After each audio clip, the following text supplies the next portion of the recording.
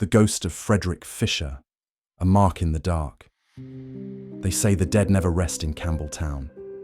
On a damp evening in June 1826, a piercing wind whistled through the twisted gums of Sydney's rural fringe. The town was young then, just a speck of civilization clawing into the bush. But it already bore scars. And that year, one wound festered deep beneath the soil, hidden beneath the thin skin of civility. A man named Frederick Fisher had vanished, erased as though plucked from existence by unseen fingers. No one saw him go. No one heard him scream. No one, that is, until his ghost came walking. This story isn't the kind passed down for warmth by a campfire. It isn't told to children for entertainment. No, it clings to Campbelltown like fog on a gravestone, reeking of cold truth and something fouler beneath. Something never explained, something never resolved. You've heard ghost stories before, but this one left a trail of blood and legal records in its wake. Settle in, if you dare. What you're about to read is not a tale of redemption or moral lessons.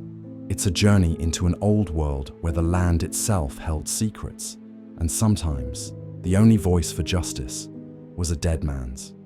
If you enjoy tales that blur the line between history and the horrors that history tries to bury, subscribe now and follow for more stories they hoped would never be told. Let us begin. It began not with the dead, but with the living. Frederick George James Fisher, known by many simply as Fred, was an English-born settler, a man of trade and opportunity who had carved out a modest estate in the fast-growing frontier town of Campbelltown, southwest of Sydney. Like many men in the colony, Fisher had a checkered past, transported for forgery. He had earned his ticket of leave and built himself a respectable life among the gum trees and dust. His farm was fruitful, his reputation quiet but stable. But even in a quiet town, jealousy festers like rot beneath the floorboards. One of Fisher's closest acquaintances was a man named George Worrell, less successful, less clever, and dangerously envious. The two men shared drinks, debts, and something worse, mistrust. Rumours swirled in taverns and on verandas that Fisher had considered returning to England, and that Worrell was the one man who stood to gain if Fred simply disappeared. On the night of June 17th, 1826, Fisher walked out of his house and was never seen alive again. At least, not by the living. The town stirred with whispers. Worrell claimed Fisher had left suddenly for England, entrusting him with power of attorney to manage his estate in his absence. The documents, strangely convenient, confirmed this. Most accepted the tale, if reluctantly. But the earth beneath Campbelltown seemed unsettled. Animals skittered at night. Strange knocks echoed across the plains.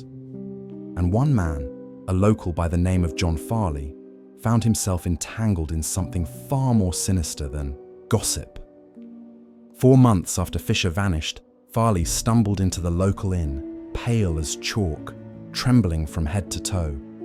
His voice cracked as he told the patrons, some who laughed, some who leaned in closer, that while walking home past the old bridge over the creek that night, he'd seen something. It wasn't a person, he said. Not anymore. A figure sat atop the fence near the creek, ghostly pale and illuminated by moonlight that shouldn't have been so bright. It turned to Farley slowly, deliberately. The face was unmistakable. Frederick Fisher. He didn't speak. He didn't move. He simply raised an arm, a bony, translucent finger, and pointed, down, toward the ground, then vanished. The laughter died. What had been a silly tale became something different, something people whispered about with furrowed brows and wide eyes, because the place Fred's ghost pointed to was near Worrell's property. And Farley had no reason to lie. No reason. Unless the ghost had chosen him to see what others could not. Within weeks, the constables dug into the creekside soil near the bridge.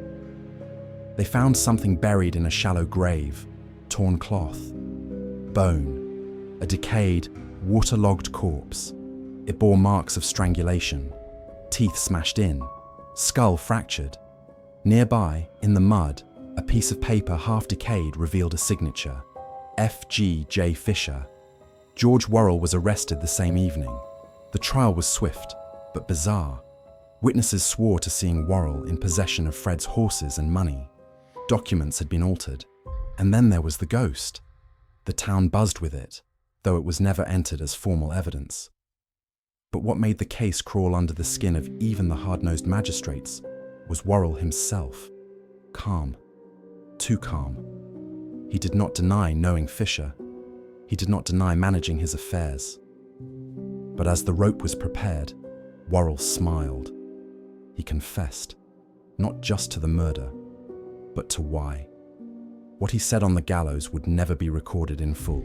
Some claim it was too profane, too mad. But the priest swore that Worrell had spoken of a voice in his dreams, that he had seen Fred long before Farley had, that Fred had told him something from beyond, something coming, something older than vengeance. And as the trapdoor fell, Worrell's eyes rolled back. His body twitched not from the noose, but from laughter. They buried his body in unconsecrated ground. They left the ghost stories to die with him. But they didn't die. People still saw Fred's ghost, even after Worrell was gone. Even after the truth was supposedly unearthed. Because perhaps the truth never was. Perhaps the body they buried wasn't all of Fred. Perhaps something else was left behind, waiting in the shadows of Campbelltown, watching from the fences, whispering through the gums when the wind turns cold. And when you pass by that old bridge, even now they say, if the night is quiet and your conscience isn't, you might still see him sitting, watching, pointing, and if he points at you, you'd best start digging, beneath the gum trees. The morning after John Farley's ghostly encounter had spread like fire through the township, Campbelltown found itself divided. Some scoffed at the idea of an apparition delivering justice. Others, mostly the ones who'd seen too many friends die in strange ways in the bush, lowered their voices and closed their doors earlier at night. But among the silence and suspicion, something else stirred. Constable Atkins, a man not known for superstition, hadn't slept well since the exhumation. His men had unearthed more than a rotting corpse. They'd cracked open something old and unseen. He found himself waking in the middle of the night with soil under his fingernails, though he couldn't remember leaving his bed. His boots, still damp. The scent of decay seemed to cling to him, a sickly sweet perfume only he could smell. By the third night, he saw him, not fully, just a shimmer across his window pane, a silhouette in the garden, the unmistakable impression of someone watching, but only when the light was wrong. He began sleeping with his pistol beneath his pillow. Campbelltown itself shifted. The livestock grew restless, refusing to graze near the creek. Children reported hearing whispers among the trees that made no sense in any language. And Mrs. Adelaide Burke, an elderly widow who lived near Fisher's old plot, claimed she heard scratching, fingernails clawing along the inside of her walls. But the walls, when inspected, were lined with solid stone. No one believed her, at least not then. But one night, her cottage was found empty. No signs of a struggle. Just the front door ajar, the hearth still burning, and a line of muddy footprints leading toward the bridge. They ended at the fence, and the fence was wet. Years passed. Time eroded the fear like it does all things, and the name Frederick Fisher became little more than a pub story told to frighten newcomers. But the land never forgot, and neither did the ones who dream. One of them was Father Gideon Cross, a young Anglican priest assigned to Campbelltown's parish decades later in 1847. Educated, devout, and utterly unprepared for what the town held buried. He came eager to shepherd a growing flock, yet from the moment his boots hit the earth, he felt the weight. The very soil seemed saturated, not just with history, but with something hungrier, something restless. He kept a journal. His entries began as mundane observations of his duties, then slowly shifted, each page darker than the last. The following is an excerpt from his private writings, recovered after his disappearance. July 3rd. The creek sings at night, not with insects or frogs, but a voice. I hear it beneath the wind, beneath the murmur of trees. A man's voice, weeping sometimes, others laughing, the sort of laugh that curdles milk. July 12th. Visited the old Fisher property. The bridge remains. The fence, though replaced, still splinters the same way. I sat for a while and prayed. Something sat beside me. I didn't dare look, but I smelled blood and old wet wood. July 18th. I cannot sleep. The dreams come nightly now. I see his face, bloated, pale, teeth shattered, and the finger, always pointing. I asked aloud, "What do you want?" But it wasn't me, he answered. It was the land. That final entry was dated the day before his parishioners found his rectory door wide open, candles all melted to wax puddles, and his bed untouched. They searched for days. No signs. No body. But at the foot of the church steps, where the earth cracked slightly with each drought, they found something new. A hole, perfectly round, freshly dug.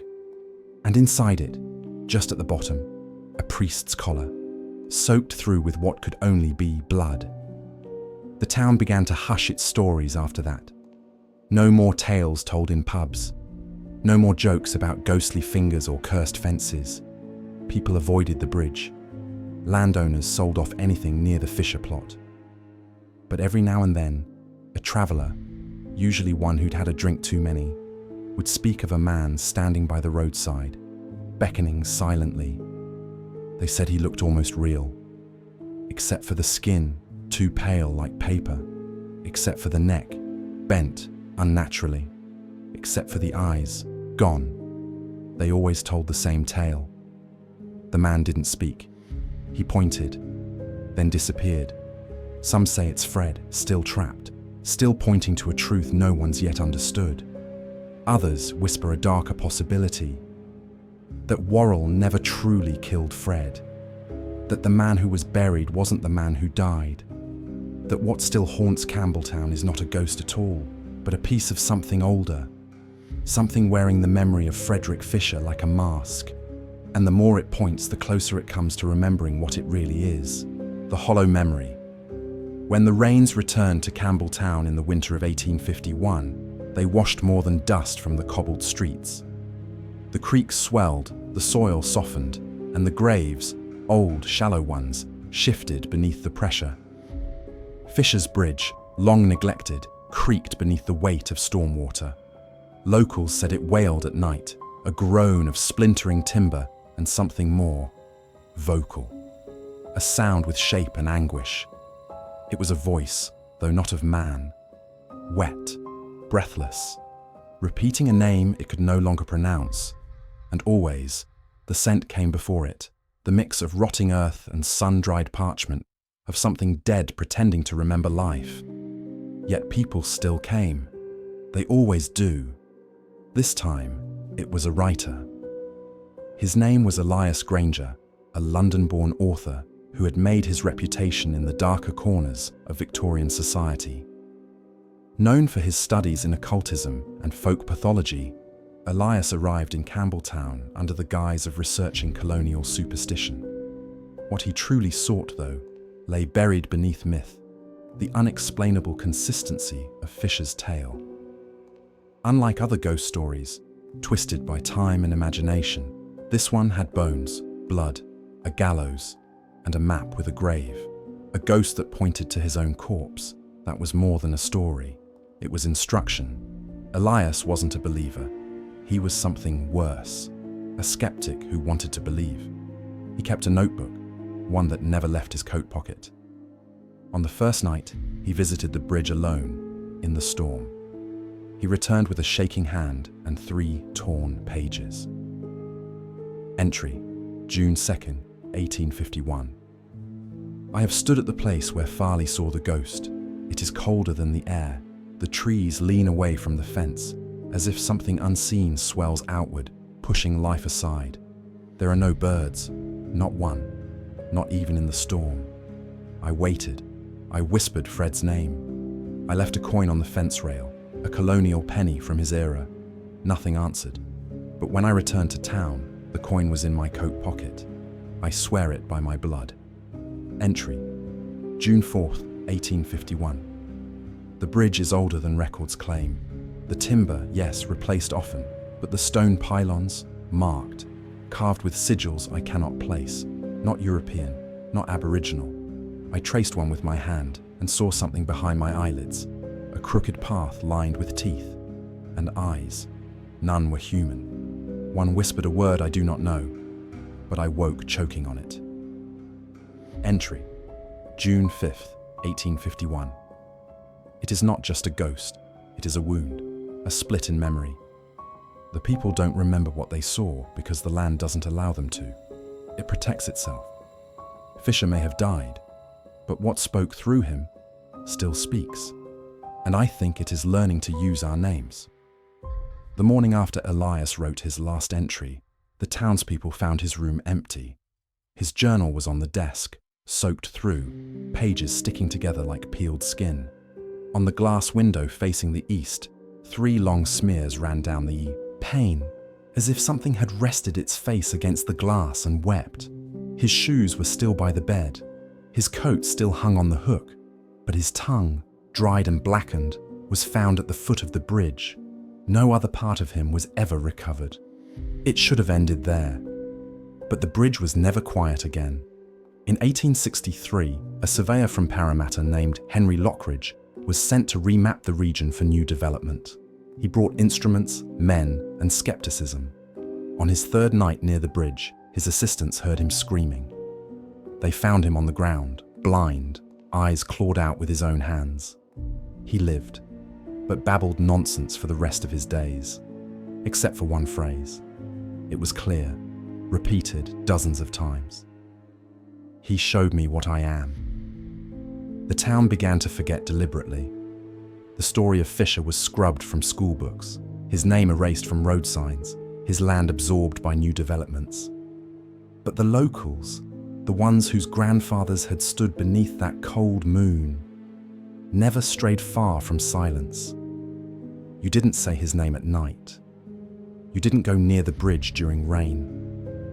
And you never, ever pointed, unless you were ready to be followed. But not all forgotten things stay buried. In 1888, the Fisher estate, long abandoned, choked by weeds and thistle, was purchased by a family from Sydney, the Blackwoods. A mother, father, and their 8-year-old daughter, Charlotte. They knew nothing of ghosts, only of cheap land and a dream to build something lasting. They arrived in the spring. By winter, Charlotte was no longer speaking. She had taken to wandering the fields alone, her dress always muddy, her fingernails caked with black dirt. Her parents grew concerned when she began collecting things: dead birds, broken teeth, buttons from coats no one remembered wearing. But when they found her doll, once white, painted entirely red with something that smelled metallic, they called the doctor. He said it was grief, isolation, imagination. He hadn't read her diary. She had begun to write, in handwriting too neat for her age. He comes to me when the house breathes. He has no mouth but smiles. He points. I don't want to look where he points, but I always do. I always do. I always do. Her final entry. Tonight, he said I could show someone else. He gave me a finger. I buried it in the floorboards. If they find it, he'll speak again. They did not find Charlotte the next morning. They found her doll on the front step, missing its head, with a tiny red hand sewn onto its arm. And beneath the floorboards, just as she'd written, they found a finger. It was not a child's. It was not new. It had been dead for decades, yet the blood was still wet. The finger in the floorboards. When the constables pried up the floorboards of the Blackwood house, it was less the sight of the finger that turned their stomachs. It was the sound. A wet, squelching pop, like something being drawn unwillingly from a mouth. It was still fresh, though Charlotte had vanished overnight. The bone was exposed at the knuckle, a pale yellow root protruding from a stump of meat. The nail was long, cracked, and stained black. Wrapped around it was a strand of blonde hair, fine, like a child's. They burned the house within the hour, but the land remained. So did the whisper. Charlotte Blackwood was never found, nor were the belongings her parents left behind when they fled back to Sydney, leaving everything to rot in the mud and mildew. For a while, the land was cordoned off, officially marked for investigation, but no real inquiry was ever made. There was nothing to find, nothing anyone was willing to see. But 3 years later, in the final weeks of 1891, the whispers returned, this time to the ears of a local school teacher. Miss Eliza Harrow was not the sort to believe in phantoms. Stern, unmarried, and known for her sharp tongue, she ran the town's small schoolhouse with precision and cold hands. Children both feared and respected her. She had no patience for nonsense, but her dreams were not her own. They began after she accepted a second-hand desk from the Blackwood estate, one of the few items salvaged before the house was razed. It was small, elegant, oak, etched with floral patterns and initials that had been scratched away. She placed it by the front window of the schoolhouse and used it daily. Within a week, she began to lose time. She would wake at the desk with ink on her fingers, though she remembered no writing. Worse, sometimes the ink wasn't black, and sometimes the stains smelled like rust. She began sleep-talking, according to her students, reciting lists of names, some of them children long since buried. Sometimes she would pause mid-lesson and turn toward the window as if someone had spoken from behind the glass. And then came the drawing. Her class discovered it one morning, left on the blackboard before lessons began. Chalk smudged into a crude image. A man standing beside a fence, eyes hollow, mouth sewn shut, one finger raised, pointing. She denied drawing it, but it reappeared again and again. The man, the fence, the finger. Eliza changed after that. Her skin grew pale, her pupils dilated unnaturally. She rarely blinked. She stopped sleeping entirely. Then, one Monday morning, she arrived early before the children, sat at her desk, and slit her throat with the edge of a ruler. They found her slumped forward, eyes wide, mouth open. No blood on the floor, only on her hands, smearing a message onto the desk's surface. He doesn't point to where he was buried. He points to who didn't listen. The desk was destroyed, or so they claimed. The truth was darker. The desk wasn't burned. It was hidden, buried beneath the floor of the schoolhouse by the town's constable, who feared destroying it might make things worse. But the ground didn't want it, and neither did time. A decade later, in 1903, the schoolhouse collapsed during a freak storm, despite no reports of wind or rain anywhere else in New South Wales that day. In the rubble, they found the desk intact, but it had changed. Now, carved into its underside, in shaky, bloody letters, were the words, "Dig." The bridge had long since been replaced, twice in fact, but the location remained unchanged. Locals still called it Fisher's Fence, though no fence had stood there for years. Still, passers-by claimed to see shadows gather in the corners of their vision, even in daylight. Some reported the smell, wet wood and copper. Some heard the sound of boots in puddles behind them, even on dry days. But what terrified most wasn't the apparitions, the dreams, or even the disappearances. It was the pattern. Every few years, someone would dig, driven by curiosity, madness, or something older. And each time they did, they found something that shouldn't have been there. Sometimes a tooth, sometimes hair. Once, a jawbone with the tongue still attached, bitten clean through. But always, the item was fresh, as if newly dead. No rot, no decay. Each digger disappeared within days. Each time, the pointing ghost returned to the dreams of the town. Not to threaten, to warn. But warn who? And warn of what? Then, in 1921, a letter arrived at the Campbelltown council chambers, postmarked from London. Written by hand, it was sent by the descendant of George Worrell, the man hanged for Fisher's murder. His name was Nathaniel Worrell, and he claimed to possess family documents hidden for nearly a century. What he revealed would send the story spiraling into a far deeper darkness. My great-grandfather's final confession was incomplete. What he told the priest before the rope was not the truth, but a cover, one demanded by something that had entered his home weeks before Fisher's death. It came at night, soaked in creek water, wearing Fred's voice like a coat. It asked for permission, and it smiled when it was granted. My great-grandfather did not kill Frederick Fisher. He let it in. He let it wear him. He let it walk back into town using Fisher's bones like a puppet, and it still walks. He said, "I only buried what was left of Fred. The rest went on pretending." He said the last thing Fred ever screamed was, "Don't trust the one that speaks. It's not me anymore." The council buried the letter. The newspapers never ran the story.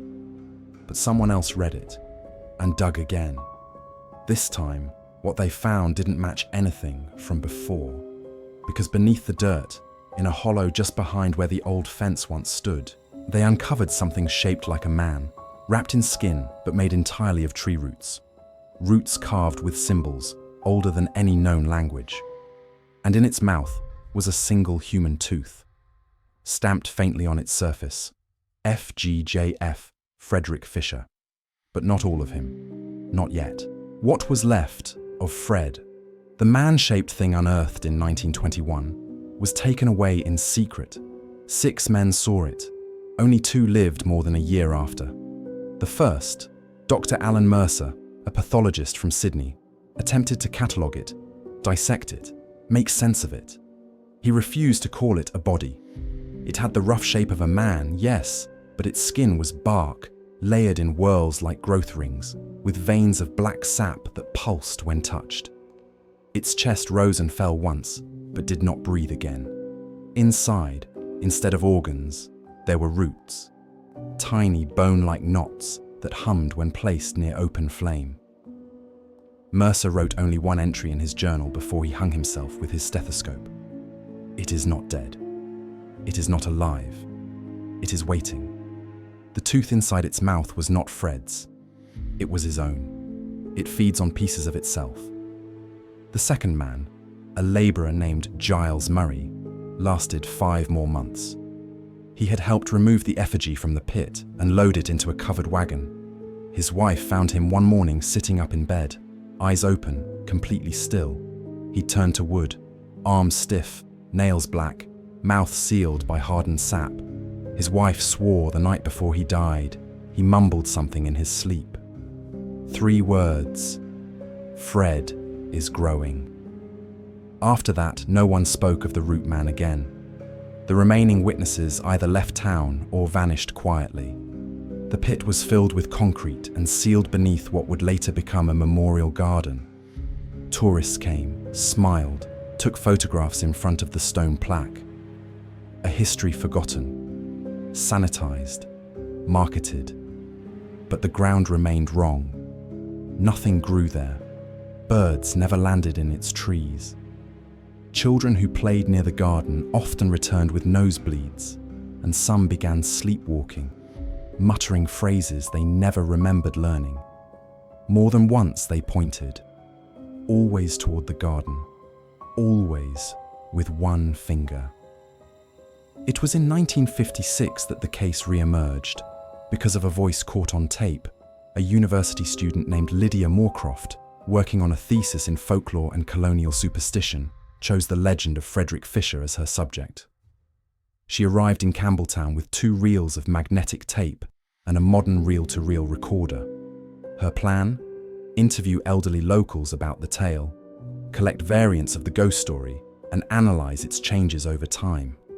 She set up in the rectory, not far from where Father Gideon Cross had vanished over a century earlier.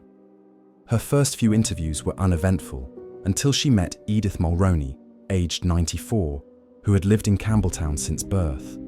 Blind in both eyes, trembling hands, but sharp, sharper than Lydia expected. The recording that survives is fractured, the last 7 minutes damaged by electrical interference. But what remains is transcribed here. Lydia: do you believe the ghost of Frederick Fisher still walks the town? Edith: it ain't a ghost. Lydia: what do you mean? Edith: ghosts don't bleed, don't change shape, don't make the earth curl like it's got a fever. Lydia: but people say they saw him, pointing to his own grave. Edith: because it wasn't his grave. Brief distortion. Edith: they buried his scream there, not the rest. Lydia: I don't understand. Edith: he ain't pointing to where he was killed. He's pointing to where the thing took over. Lydia: thing? Edith whispers: the Fisher that came back wasn't the one that left, and it's still wearing his name like a skin. 6 seconds of silence. Edith: I saw him once, when I was a girl. He was under the gum trees, not walking, growing, bark where his fingers should be, and he had no face, just roots, curling like worms. Interference resumes, screeching, static, unintelligible whispers. Edith, distorted: you don't listen to the ghost, you listen to what's inside it. Lydia: what do you mean inside it? Edith, last clear words: because when he finally stops pointing, that means he's found the last piece. The tape ends with a loud thud and static. Lydia was never seen again. Her equipment was found abandoned near the old bridge. The recorder was still running. The university declared the tape a hoax, a student prank, but those who heard it firsthand swore the last moments included a second voice, one that didn't belong to Lydia or Edith. Something slow, deep, inhuman. It only said 2 words: almost whole. By the 1970s, the town's older generations began to die out, and the legend of Fisher faded into curiosity, a marketing gimmick for local ghost tours and tourist pamphlets. The bridge was restored, the plaque was polished, children played in the park where the garden once stood. But something had changed, the dreams had returned, and the pointing began again, random, subtle, but persistent. Mailmen, shopkeepers, school teachers, people would find themselves, mid-conversation, mid-step, with their arm raised, finger extended, pointing to something no one else could see. And when asked what they were doing, they always answered the same: he asked me to. A man named Thomas Dillard, a postal worker, began painting hundreds of pages with nothing but a repeated pattern: a long arm, a crooked finger, and a mouth full of nails. He gouged out his own tongue and used it as a stamp on the final page. A woman named Carol Devine, a school principal, was found hanging from the rafters of her office, her shoes carefully arranged in the shape of a tree. And in each case, a single phrase was etched nearby: he needs the last piece. What piece? What part of Frederick Fisher had not yet returned? Or worse, what part had never belonged to Fred in the first place? Now the land is being excavated again, under the pretense of development. Concrete torn, soil exposed, machines humming like electric vultures. But no one warned. Them. No one remembered. And late last week, the foreman on site reported something odd. A workman found a jawbone. It wasn't human, but it was smiling.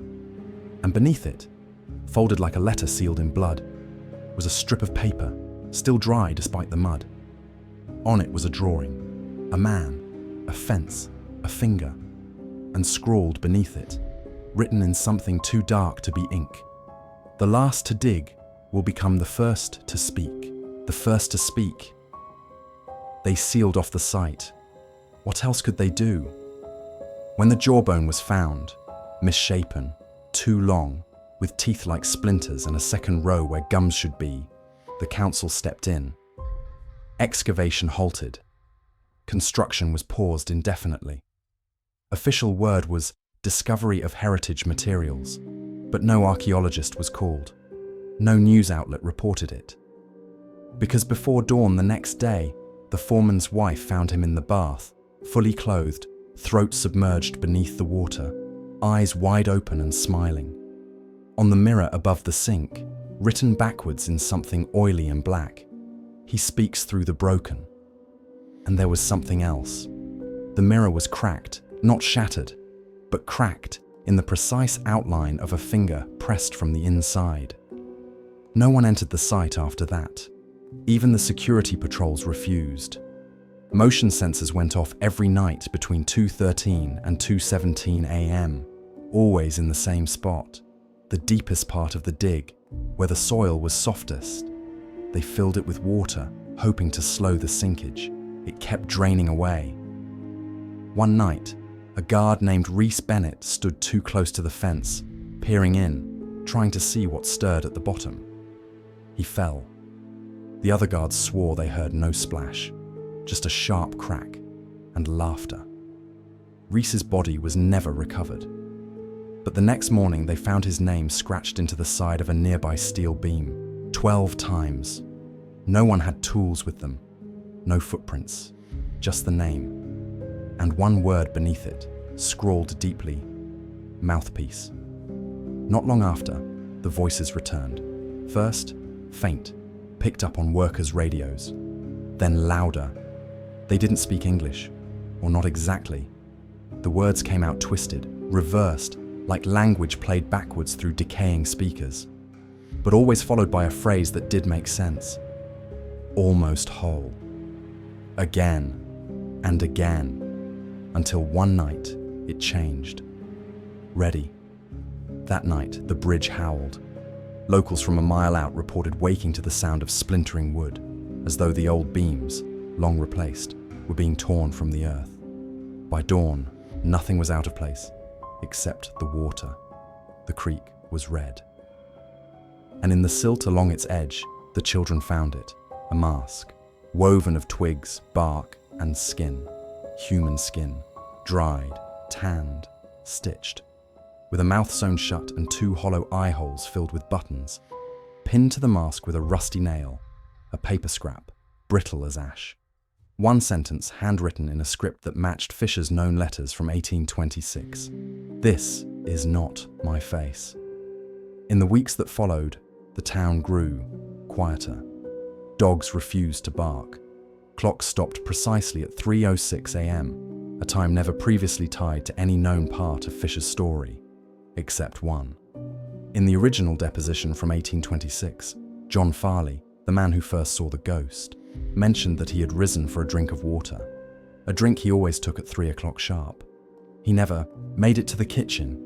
He stepped outside instead and saw Fred on the fence at 3:06. The town historian, Eleanor Vance, was the one to uncover this connection. She had always believed the ghost story had layers, ritual, symbols, a pattern older than Fisher himself.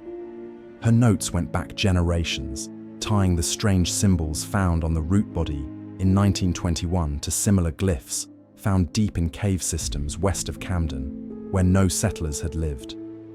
Symbols older than language, carved not into stone, but into bone. When she compared the shapes on those bones to the pattern of the cracked mirror in the foreman's house, they aligned. When she drew the complete circle, placing each incident around the bridge, the garden, the school, the rectory, the creek, she realized what no one else had. The town was shaped like a mouth, and the dig site, the tongue. 2 days later, Eleanor vanished. Her house was left untouched, but every page of her research was gone. In their place, on her kitchen table, lay a tooth, small, cracked, with a tree ring etched into its enamel. On the window, scrawled in breath fog, 5 words: "I gave him my name." Some began to speak again of what Worrell confessed on the gallows. His words were never fully recorded, but witnesses said he ranted about permission, about voices, about something he let in wearing Fisher's skin.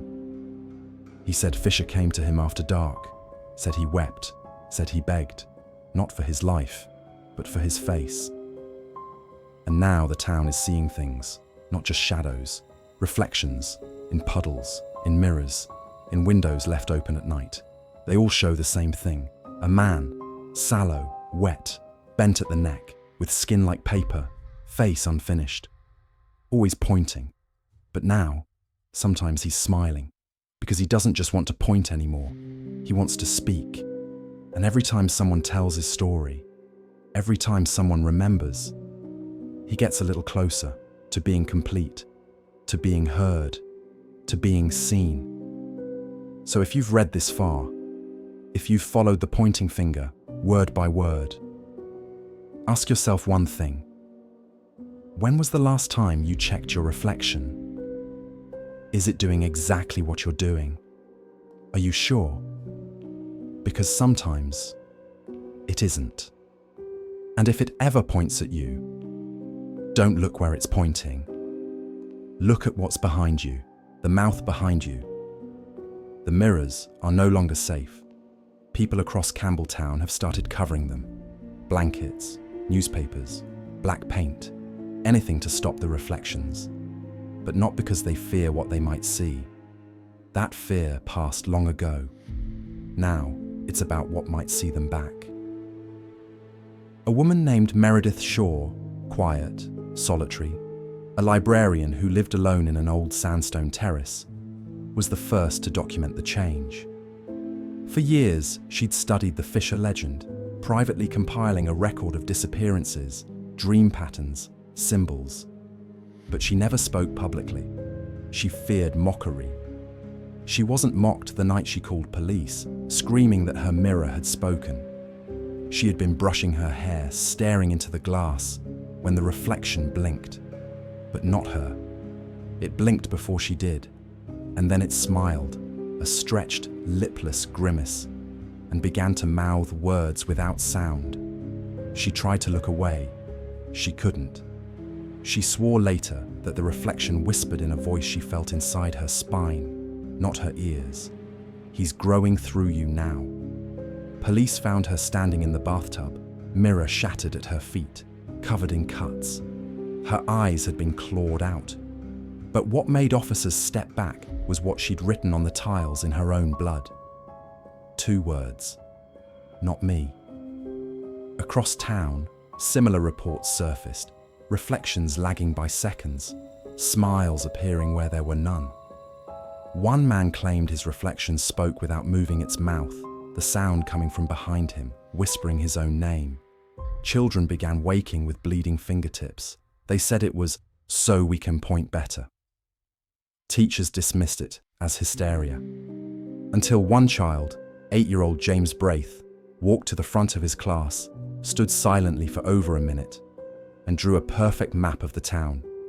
Every street, every alley, every building, all shaped like a face with no eyes. Just a single jagged mouth drawn where the school stood. When asked who told him to draw it, James replied, "The man who walks like paper. He said it's almost time for teeth." Theories sprouted like fungus. Some believed Frederick Fisher was no longer the point, that his death had merely opened something, an invitation, a door. The thing that wore his skin was no longer content with symbols, whispers, or pointing. It wanted to speak clearly and needed a vessel. Each disappearance, each dream, each mirrored flicker, it was constructing something, a voice, a self, piece by piece. Worrell's words came back again, interpreted with fresh horror. "I only buried what was left of Fred. The rest went on pretending." Pretending? For how long? How many generations had this thing worn other faces? How many people in Campbelltown were never quite themselves again? A break came when a cryptic cassette tape surfaced in the Campbelltown Historical Society's mail. No sender, no note. Just a label scratched, with a nail. For the one who listens. The tape lasted exactly 3 minutes and 6 seconds. The first minute, silence. The second, the sound of dirt shifting, as though something crawled beneath it. The last 66 seconds, words, garbled, layered, like hundreds of voices speaking at once, whispering in reverse. It was only when played backward that the message revealed itself. The mouth is open, the names are roots. The roots have taken, the land remembers, the face is built, the voice is nearly ready, the last finger belongs to the first liar. Who was the first liar? Some claimed Worrell, others John Farley. After all, why had he seen the ghost first? Unless he hadn't seen a ghost at all. Unless he'd seen something waiting to be seen. And unless that thing had used him, his story, his panic, to begin the performance.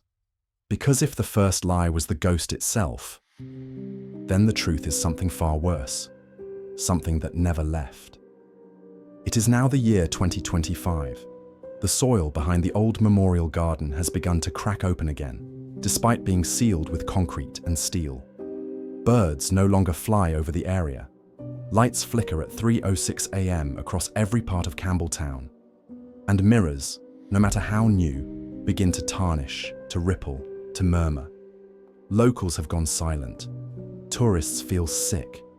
One woman from Brisbane claimed her reflection reached out and tried to hold her face in place. Security footage shows her sitting perfectly still, alone, for hours, smiling. They took her to Liverpool Hospital's psychiatric wing.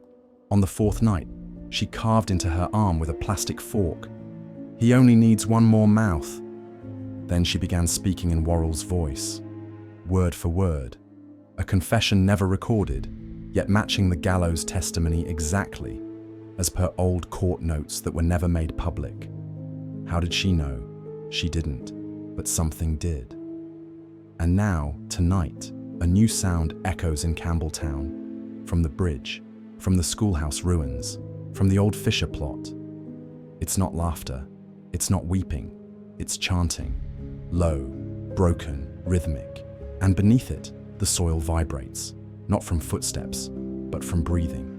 Something beneath is exhaling, after a very long silence, and something above, within someone, anyone, is preparing to speak its first true word. The only question is, whose mouth will it use? It might not be yours, not yet. But the next time you pass a mirror and see yourself blink out of time, ask yourself, is that still you? Or has he finally found the face that fits? The sound of his name. The first time his name was spoken aloud on public airwaves in over a century, Frederick George James Fisher, was by a late-night radio host named Calvin Brodie. It was meant to be an October special, one of those spooky segments for insomniacs and skeptics. Brodie prided himself on debunking myths, ghosts, cryptids, conspiracies. He mocked them all with whiskey-slick laughter and a voice aged in cigarettes. He had a way of turning fear into farce, until he said the name. Not just Fred Fisher, as the story was usually watered down to. He spoke it fully, formally. Frederick George James Fisher. Twice. And on the third repetition, every phone line in the studio lit up at once. But no one was calling. No caller ID. No sound. Just a faint clicking, like teeth. Brodie laughed it off. Guess Fred wants in on the show.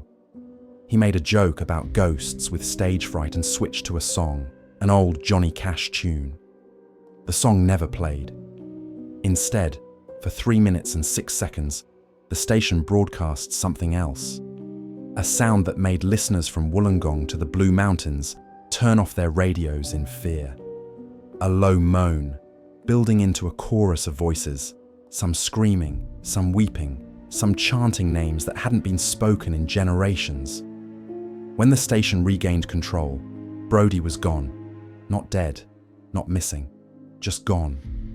They found his headphones resting on the mic, and the microphone itself was wet, as though it had been submerged.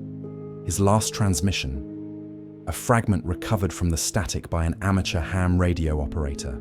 4 words: "He knows I lied." The town changed after that. Windows cracked for no reason. Dogs refused to go near the creek. Church bells rang without wind or touch. And then, people began to speak in unison. Not always, but in brief flashes. A woman at a grocery counter asked for 5 apples, and the man behind her whispered the same phrase at the exact same time, down to the breath. A classroom of 9-year-olds, during roll call, all answered, "Here," in perfect synchronization, eyes glazed, heads tilted toward the same wall. A wall with no window, a wall that faced the creek. No one knew what it meant, until a man named Russell Ward, descendant of the judge who had sentenced Worrell in 1826, came forward. He'd been having dreams where he was not himself. He dreamt in black and white, in the cadence of old colonial speech, with words he didn't know but understood. He stood in courtrooms, in graveyards, under trees that bled, and always, he was watching from behind someone else's eyes. He said one night, he woke speaking in a voice not his own, and he wrote something on his wall in soot. "I watched my own death from the wrong side of the skin." Russell was found 2 days later, drowned in his kitchen sink. There was no water in his lungs, but his mouth was filled with soil. At this point, the pattern was clear. The entity, whatever it was preparing something. Not just its voice, not just its face, its story. A perfect story. One it could retell from inside a human mouth. One that could walk and speak and convince others of its truth. But to do that, it needed to finish the last chapter. And someone, somewhere, had it.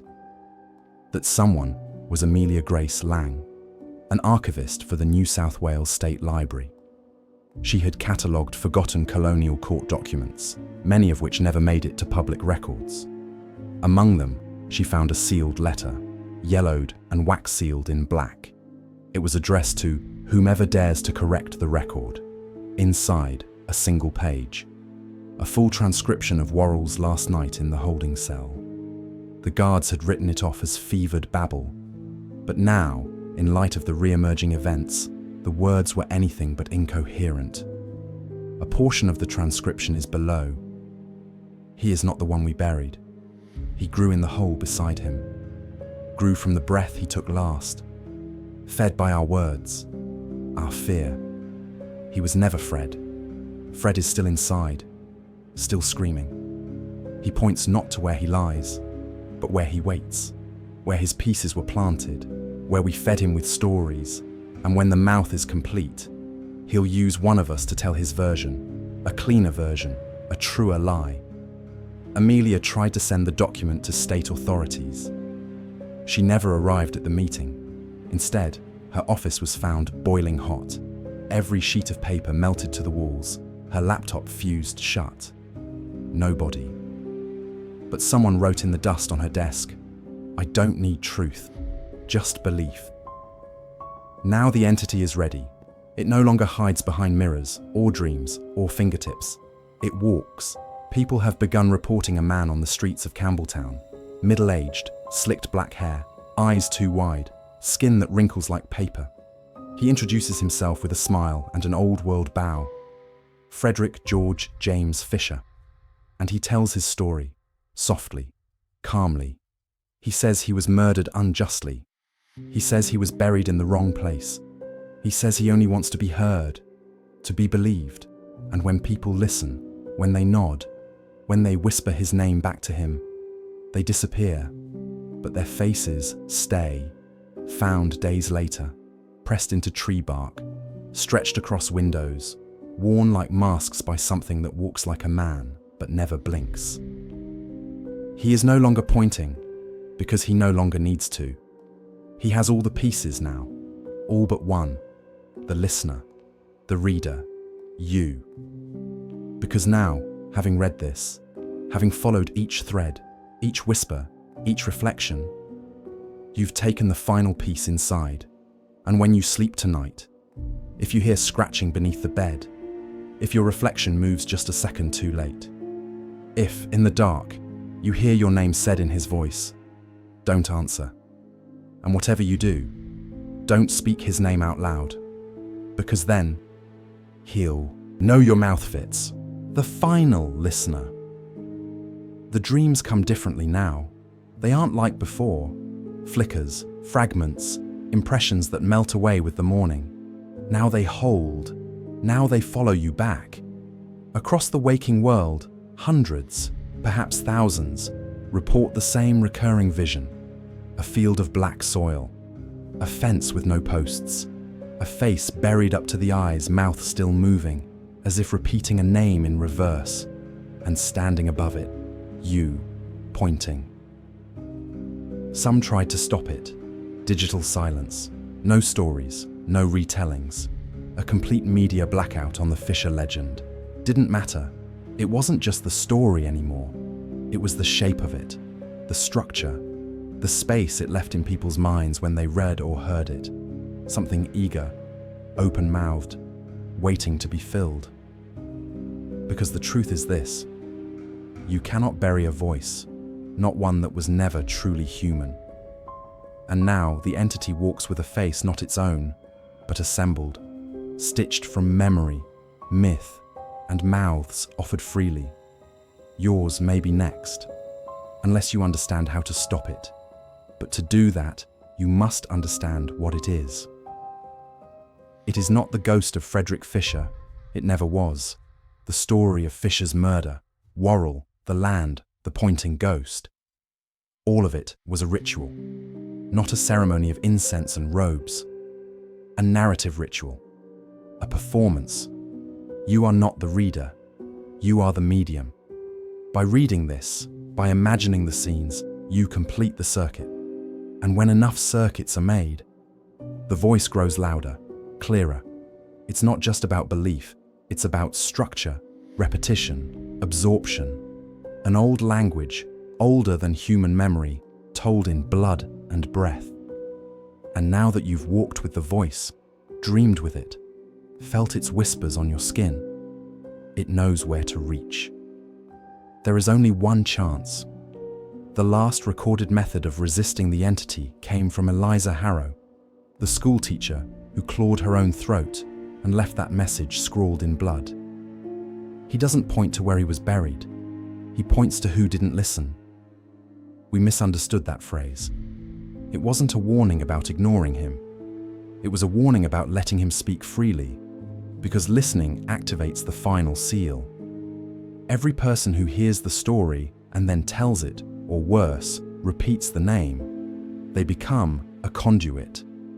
And when enough of those conduits say the name in sequence, he can take full form, a complete reversal, from buried myth to walking gospel. And it's almost happened. Last week, in a small cafe on Queen Street, 5 strangers, all seated apart, began humming the same tune at exactly 3:06 p.m. They didn't know one another. They had never spoken. But when questioned later, each described the same experience.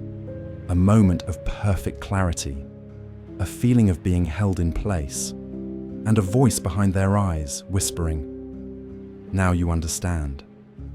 What happened next was not televised, but it was recorded, accidentally, by a man filming his coffee art for social media. In the reflection of the cafe window behind him, you can see all 5 strangers rise together, turn toward the glass, and point, not at their reflections, but past them, to something we cannot see. And then the screen distorts, flickers, goes black. Audio remains. The sound, not words, just a breath, long, wet, hungry. Investigators found the cafe untouched, but the 5 people were gone. No signs of struggle, no blood, nothing, except for their shoes, left neatly in a circle around a table. And on the wall, written in steam, one more voice, then the story becomes flesh. You've read the story, you've heard the name, you know the symbols, the moments, the time. 306.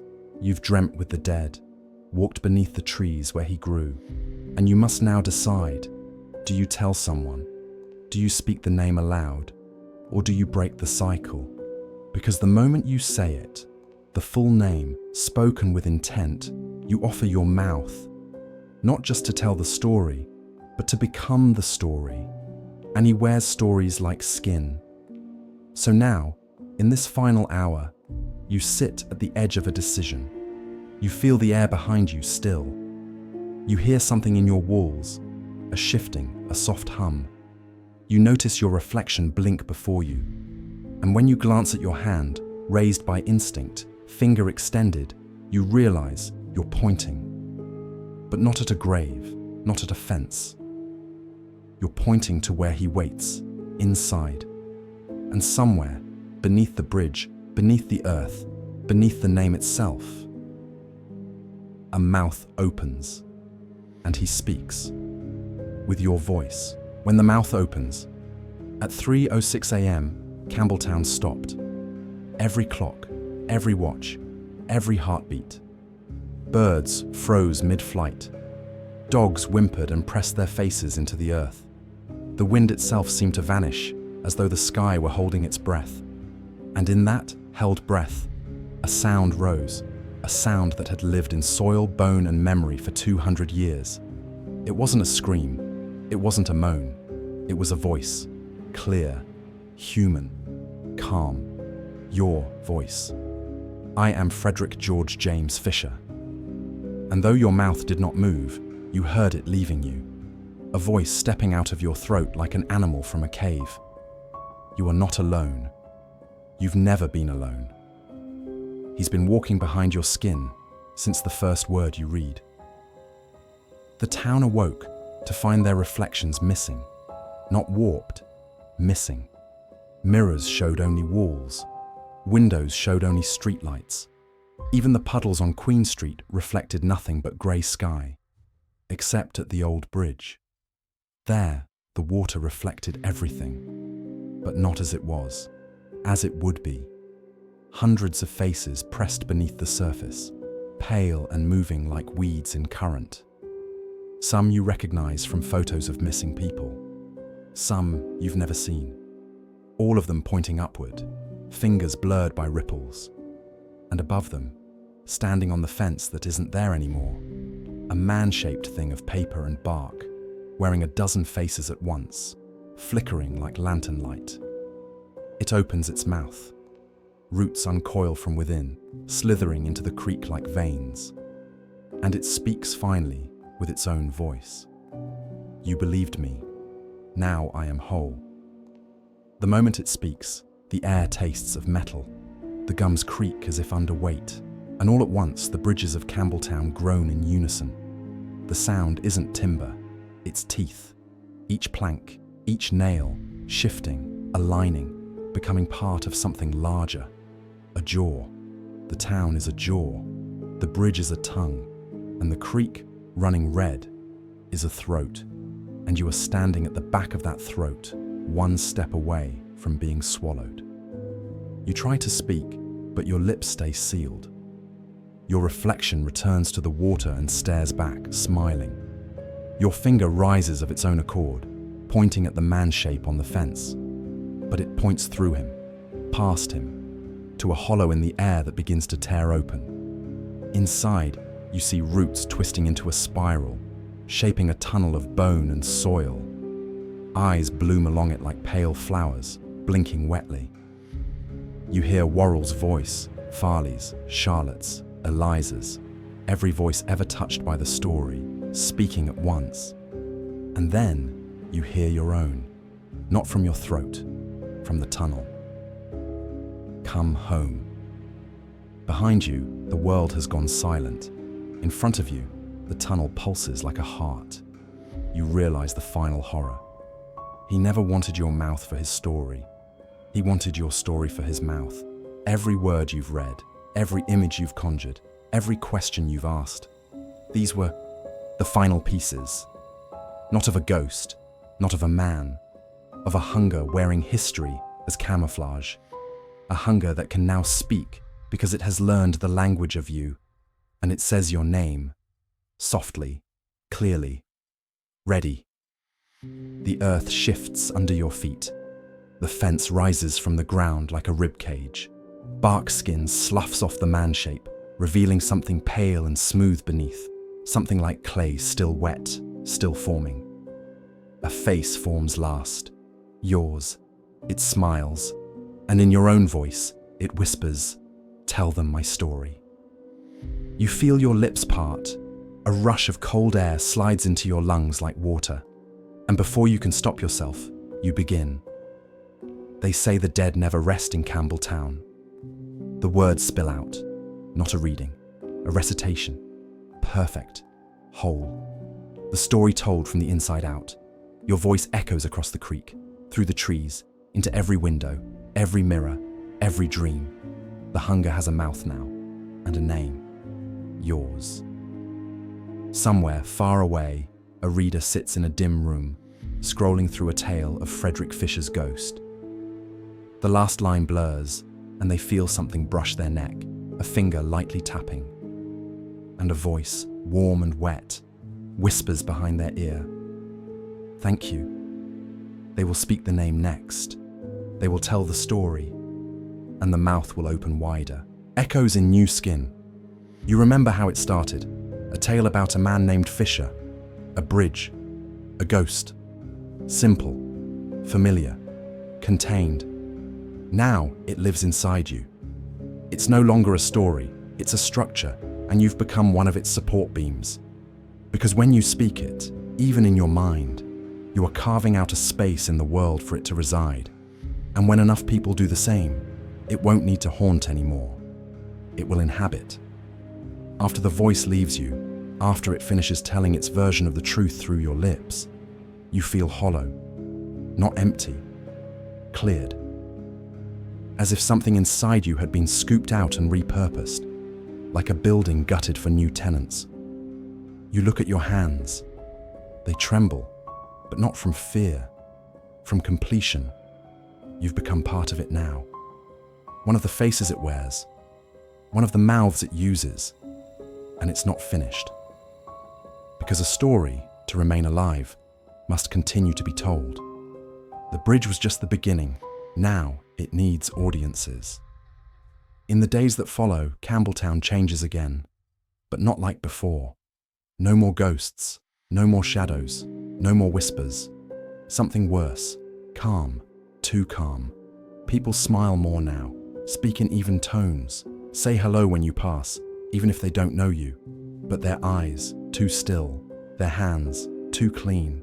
And at 3:06 a.m., if you stand beneath the memorial tree planted in Fisher's name, you'll hear hundreds of people breathing in unison, though no one is there. Except one. You. Always you. Because you're the one that told it last. And the one who tells it last becomes the keeper of the mouth, until someone else reads it, until someone else tells it. Then it leaves you and moves on. But while it's in you, you'll feel it, like a stone in the throat, like a second tongue resting in the back of your skull, waiting. Others have started dreaming again, in distant towns, in cities across the world. The same field, the same face buried in soil, the same words whispered on the edge of sleep. Tell them about the man on the fence. Some dismiss it, some write it down. One man turned it into a song. Now his concerts make people faint. One woman painted the face she saw in her sleep, eyes hollow, finger raised, and sold it online. Now the buyers report hearing, breathing through the walls. You think back to the mask, the one found in the creek, stitched from human skin with button eyes. You remember how it was pinned with a note that read, "This is not my face." But now you understand. The mask wasn't lying, it was mourning. Because the thing you helped create, the voice you allowed to form, has no true face. It only borrows, and it never gives them back. But there's a worse truth, one that uncoils now from the corners of your thoughts, as if rising from a shallow grave. Frederick Fisher may never have existed at all, not as a man, not as a murder victim. The documents, the trial, the grave, fabricated, constructs, frameworks meant to host a very old, very hungry idea, an idea shaped like a story, one that only needs a little fear, a little belief, a little voice.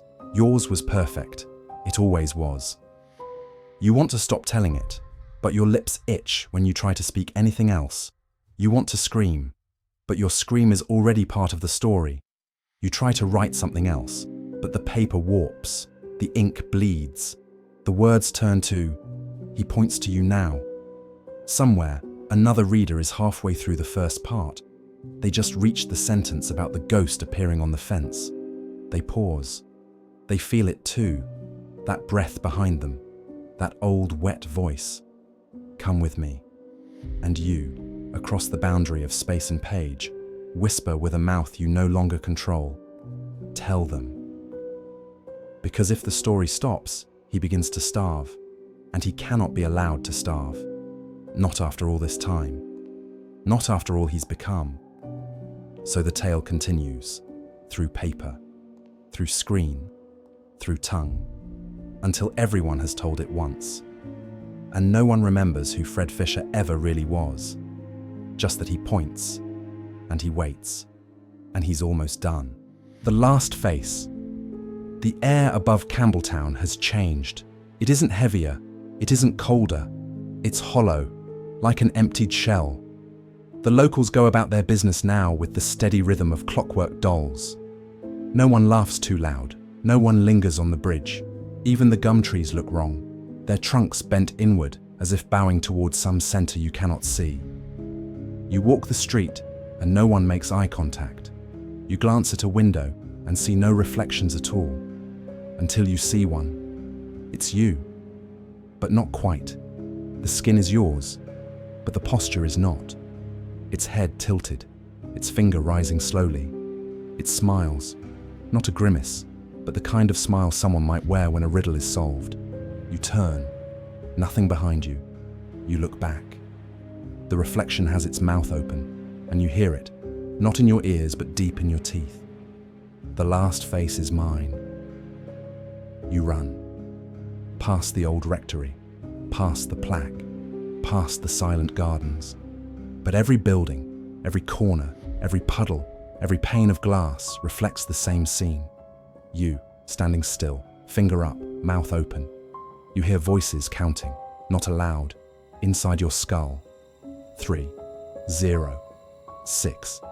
Each count another heartbeat slower, and then it stops. You're at the bridge. The soil there is cracked, thin, almost breathing. The creek below is no longer water, its black earth swirling as if stirred from beneath. Faces move through it like fish under ice, hundreds of them, mouths opening and closing, all whispering the same word over and over. Home. The fence posts are ribs now, white, rising higher than the trees. Roots coil along them like veins, pulsing with slow light. And at the center stands the man-shaped thing. It no longer flickers. It no longer wears many faces. It wears one, yours. Pale, complete, perfect. It lifts its head, and your voice comes out of its mouth. I'm Frederick George James Fisher. Then, in a second voice, layered under yours, like a shadow speaking at the same time. And so are you. The ground trembles, the air ripples. You feel something sliding behind your eyes, a cold weight settling in the back of your throat. You open your mouth and dirt spills out, thick and wet. It tastes like copper and paper. The thing smiles again, steps closer. Every footfall makes the bridge creak like bone under strain. It holds out a hand, fingers long and root-veined, skin cracking to reveal bark beneath. Tell them. You shake your head. You try to step back, but your feet sink into the soil like it's swallowing you. Roots climb your calves, winding, pulling. The thing leans closer, your own face inches from yours, its hollow eyes full of flickering shapes. John Farley, George Worrell, Charlotte, Eliza, every face it's ever worn, every mouth it's ever used. This is the last face, the last mouth. It places its hand on your chest, cold, heavy. Thank you. The creek rises, the ribs bend inward, the sky folds, like paper. And then, silence. The thing steps into you, not a rush, not a scream, a settling, like two halves of a page being pressed together. You feel it slide into the hollow it carved over the story. It fits perfectly. You've always been the last piece. A final whisper curls up your spine, warm and soft, almost tender. Now we are whole. You open your eyes. You're standing at the fence. You're wearing your face. You're pointing. And far away, someone begins to read the story aloud. Your mouth moves on its own. They say the dead never rest in Campbelltown. The story wearing you. The words leave your mouth without sound at first, only breath, damp and cold. Then they arrive fully formed, the opening of a tale you never meant to tell. They say the dead never rest in Campbelltown. You hear it echo in the ribs of the bridge, in the Black Creek, in the hollow windows of every empty house. It isn't just your voice anymore. It's a chorus of every mouth that's ever repeated that opening line, from John Farley to Charlotte Blackwood, to the listeners on the late-night radio. Each syllable is another nail driven into a coffin that isn't a coffin at all. It's a door, and you're on the hinge. Your reflection across the water tilts its head. Its eyes are gone now, replaced with soil-dark sockets, but the smile is still there. It mirrors you perfectly until you hesitate. When you stop speaking, it steps forward, out of the water, onto the bank. The black earth holds it like a parent's hand. Its limbs crack as bark peels away, revealing pale clay beneath. You try to step back, but your legs are rooted. Roots are in you now. They've been winding through your veins since you read the first part, since you let the story crawl inside. They tighten when you think of stopping. You understand suddenly, he doesn't point at graves. He doesn't point at killers. He points at readers. At you. Because readers are where the story lives. The man-shape lifts its hand, not to point, to offer.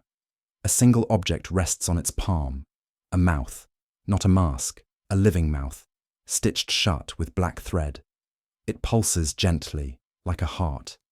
You recognize the lips. They're yours. The thing presses the mouth to your chest, where your heart should be. The threads dissolve. The mouth opens, and a voice slides up your throat. Not a scream, not a whisper. A statement. The story is now walking. Campbelltown changes around you. The ribs of the bridge rise higher, bending into an arch. The creek becomes a black throat. Every window fills with faces, not people but memories of people.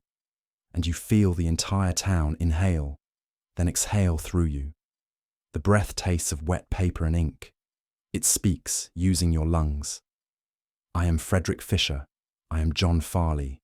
I am George Worrell. I am every name you have given me. I am every mouth you have lent me. And now, I am whole. The roots retreat from your legs. You stand free, but you are no longer yourself.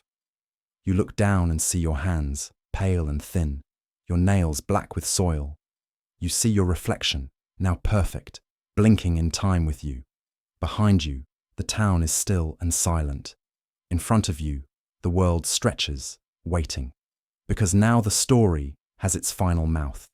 It can leave the creek. It can leave Campbelltown. It can walk. Through you. Through whoever reads. Through whoever listens.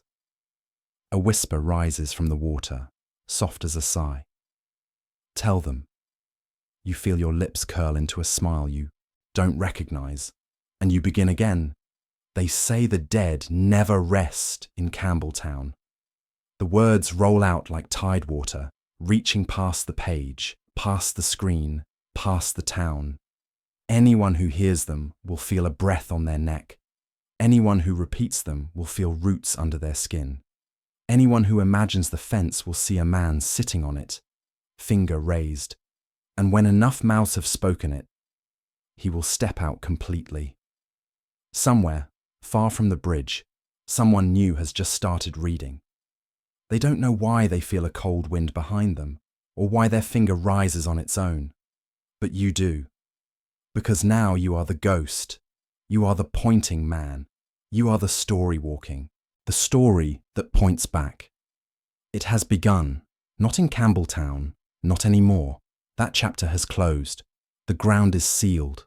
The creek runs dry. The fence has rotted. But the story remains, because you carried it, and now it's moving again. Somewhere in the inner city, a place of cold offices and busy crosswalks, a man reads the tale aloud to friends over drinks, laughing between paragraphs. At first, the lights flicker, then the laughter stops. A long pause. Everyone feels it, that tightening behind the eyes, that weight behind the tongue. They each blink, out of sync, then slowly, together.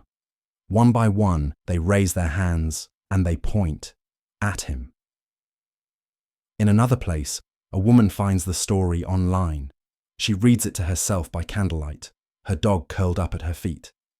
Halfway through, the dog begins to growl. By the end, it's whimpering in the corner.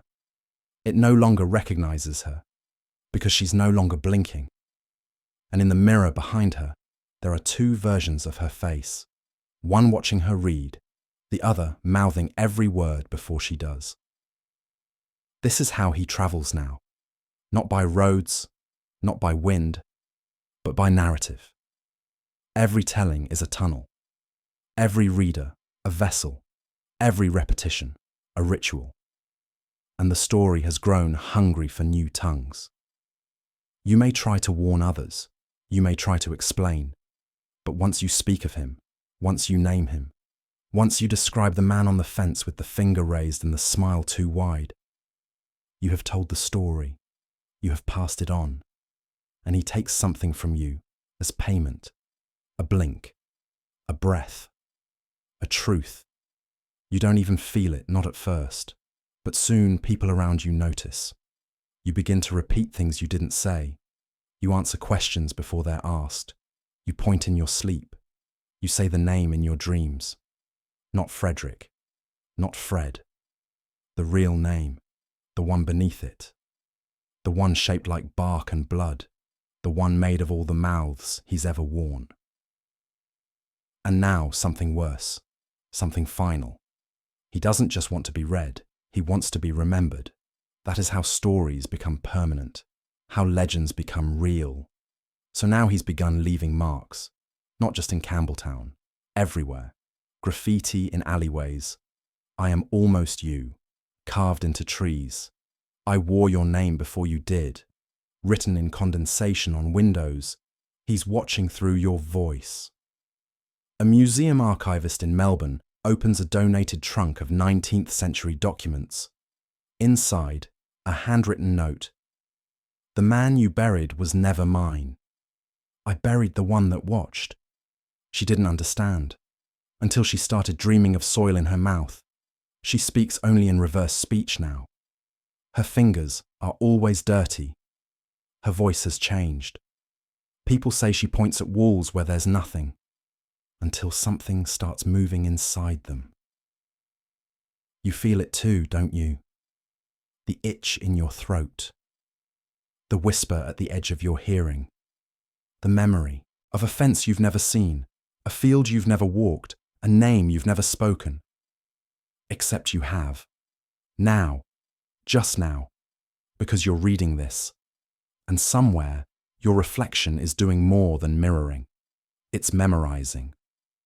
When the last voice is claimed, he will no longer need the bridge, or the story, or the name. He will simply be a truth walked into the world, and people will forget how it began.